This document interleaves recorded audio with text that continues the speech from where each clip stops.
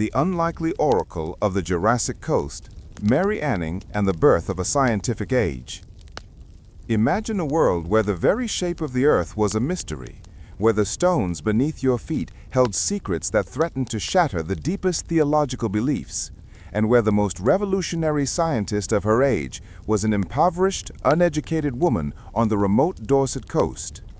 This is the astounding, true story of Mary Anning, 1799 to 1847, a woman who, armed with only a hammer and an astonishing pair of eyes, dug up the evidence that would force Britain and the world to confront the concept of deep time and the terrifying truth of extinction.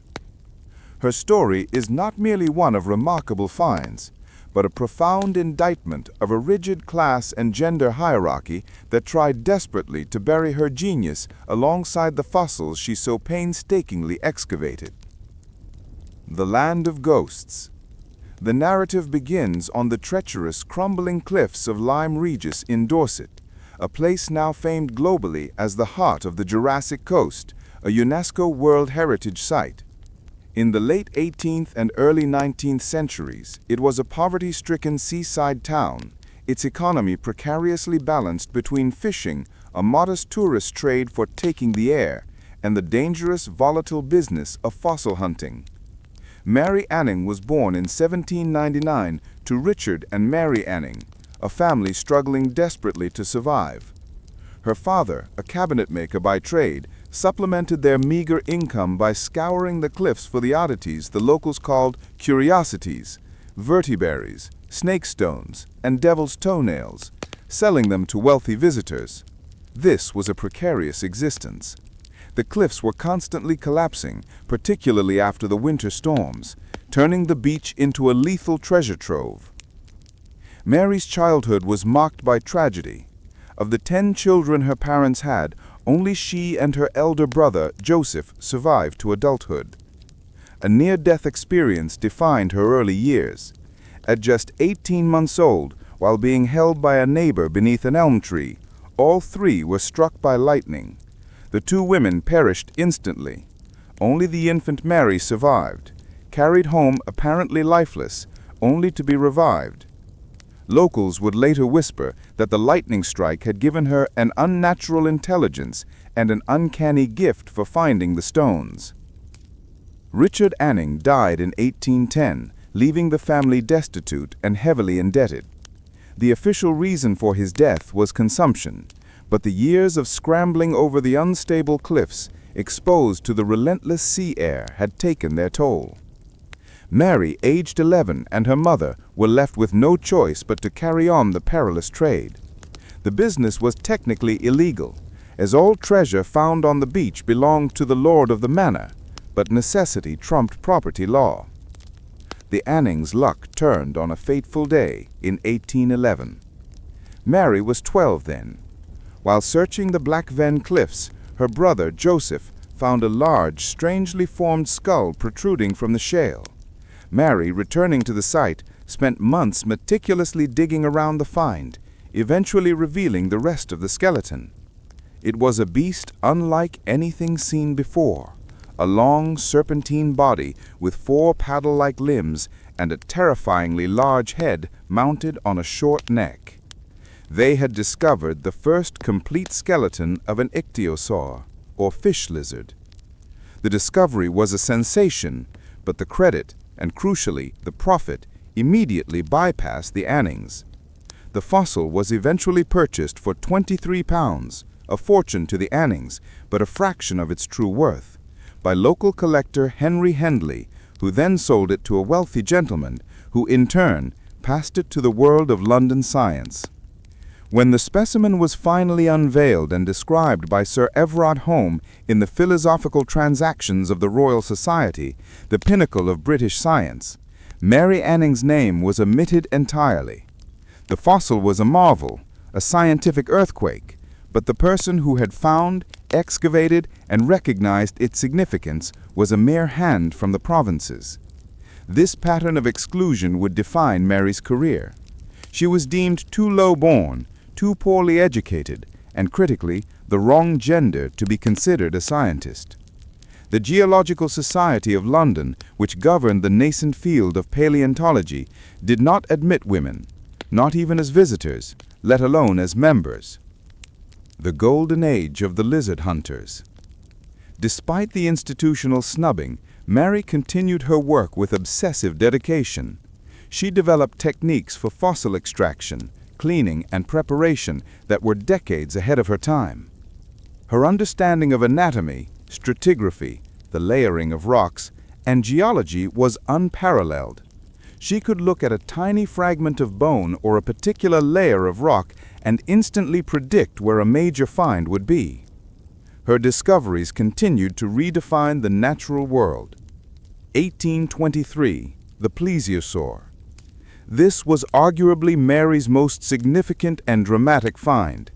It was a complete skeleton of a creature with the body of a turtle, the teeth of a crocodile, and an impossibly long snaking neck, a total of 35 cervical vertebrae. When the specimen was shown to the eminent French naturalist Georges Cuvier, the preeminent anatomist of the age, he declared it a hoax. He believed no such creature could ever have existed. The sheer strangeness of the fossil was too much even for the man who had formally proven the fact of extinction.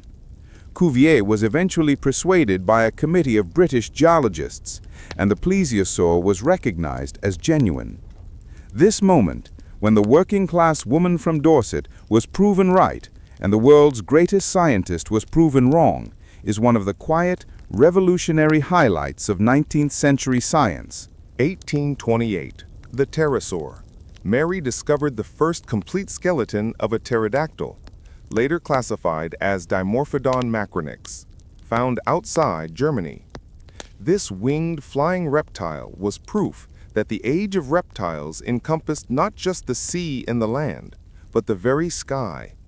It was another monumental discovery that landed in the Royal Society collections, with Mary's name relegated to a footnote in the correspondence between the wealthy gentlemen who purchased it. The coprolites. Perhaps the most surprising of her discoveries was what she named bezoar stones.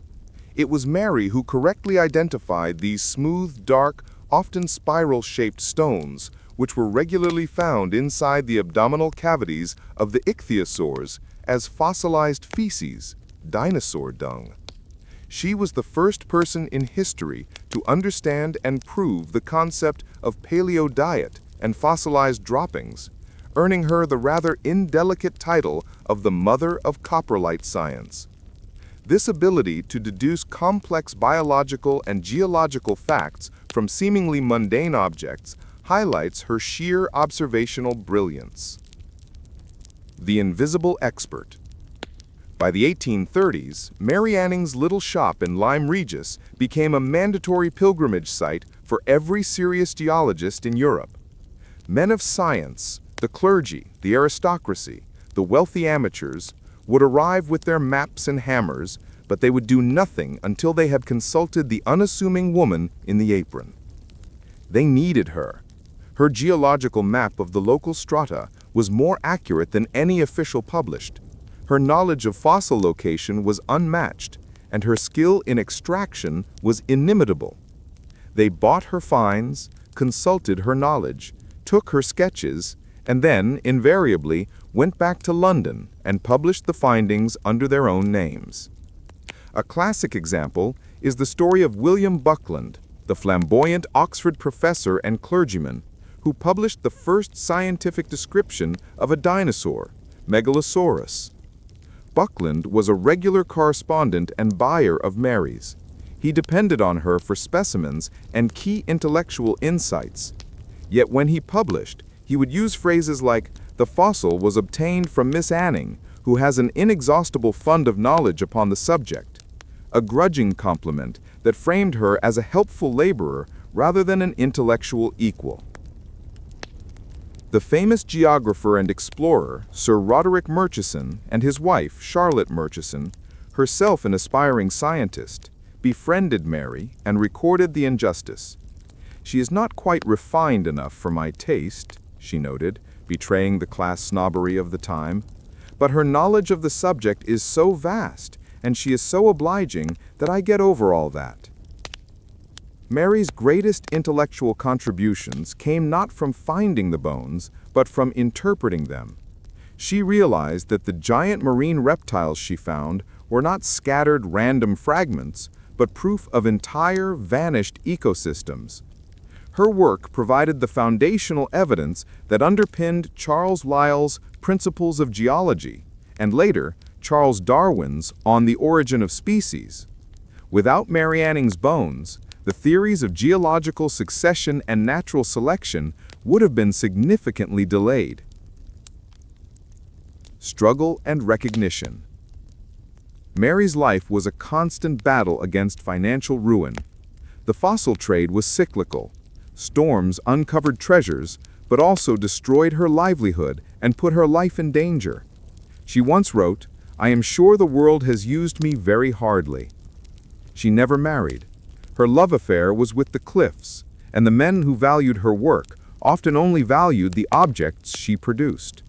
Her passion was intellectual, not domestic. In one incident, a wealthy gentleman offered her a small annuity in exchange for the exclusive right to all her finds. Mary, fiercely independent and aware of the true worth of her labor, refused. It was only late in her life, following a particularly severe period of financial hardship after a bad investment, that her male peers took action. Driven by the shame of seeing the world's most important geologist on the verge of destitution, they petitioned the Prime Minister, Lord Melbourne, who eventually granted her a small civil list pension of £25 a year for her singularly useful and meritorious services to the cause of science. It was a tiny sum, but an official acknowledgement of her national contribution. Her most poignant relationship was with Colonel Thomas Birch, a military man and fossil collector who had purchased a spectacular Ichthyosaur specimen from her. Recognizing the systematic exploitation Mary faced, Birch made a radical gesture. He auctioned his entire collection for Mary's benefit, ensuring she received the proceeds. It was an act of honor and a rare public protest against the systemic discrimination she suffered. The Last Dig and Legacy. Mary Anning died of breast cancer in 1847, at the age of 47. Even in death, the scientific establishment struggled to give her full credit. However, the tide was slowly turning. The Geological Society of London, which had barred her from entering its doors while she was alive, published a glowing, lengthy obituary upon her death, a profound and unprecedented honor for a woman of her class and occupation.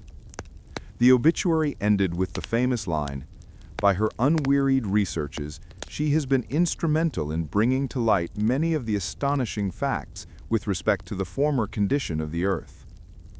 In 1850, her old friend, the rector of Lyme Regis, Henry Hart, arranged for a beautiful stained glass memorial window to be installed in the local church, paid for by members of the Geological Society.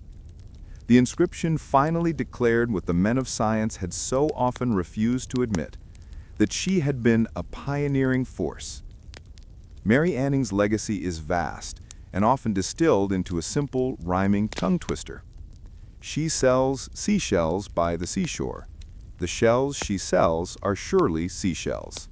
So if she sells shells on the seashore, I'm sure she sells seashore shells. This famous rhyme, a staple of English diction practice, is widely believed to be inspired by Mary and her early trade. It's a whimsical, light-hearted legacy for a woman whose life was anything but. The true astonishing legacy of Mary Anning lies in the profound, paradigm-shifting information she gifted the world. She proved that giant, terrifying creatures had once